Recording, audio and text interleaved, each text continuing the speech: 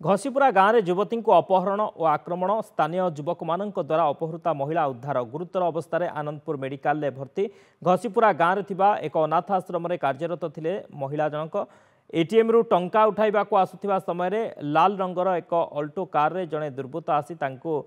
Barrage रास्तार अपहरण कर तेबे कुमुणिया गाँवर किछि युवक गाड़ीटी अटकाइबा चेष्टा करथिले तेबे अपहरणकारी झाड़ेश्वर मंदिर रास्तार युवती को फिंगी चलीगले महिला को अपहरणकारी माड़ मारिबा सहित एक धारुआ अस्त्र रे मुंड को आक्रमण करिसेंती। खबर पाई पुलिस पहुंची तदंत आरंभ करिছে।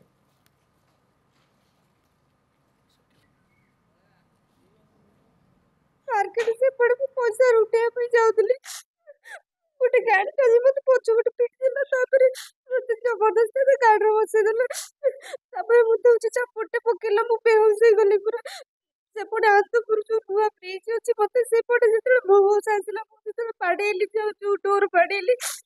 मुझे पुणी नहीं गला पाड़े पहुंचाड़ी पारे सेपटे मत डोर खोल पड़ेला आम झाड़ेश्वर मंदिर आम शुणते पाइलु कि खबर आइला कि गोटे अल्टो नाली अल्टो रे झीटा को जोर जबरदस्त नाली कार रे नहीं जाऊ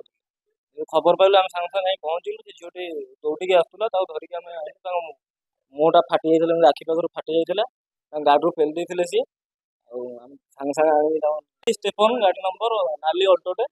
आम तो किसी जानते धरते आम पिला सब चेष्टा कलु तथा किसी से सांगे सांगे गाड़ी मारी बहुत लोक भी मार्केट आसुले भी चढ़ई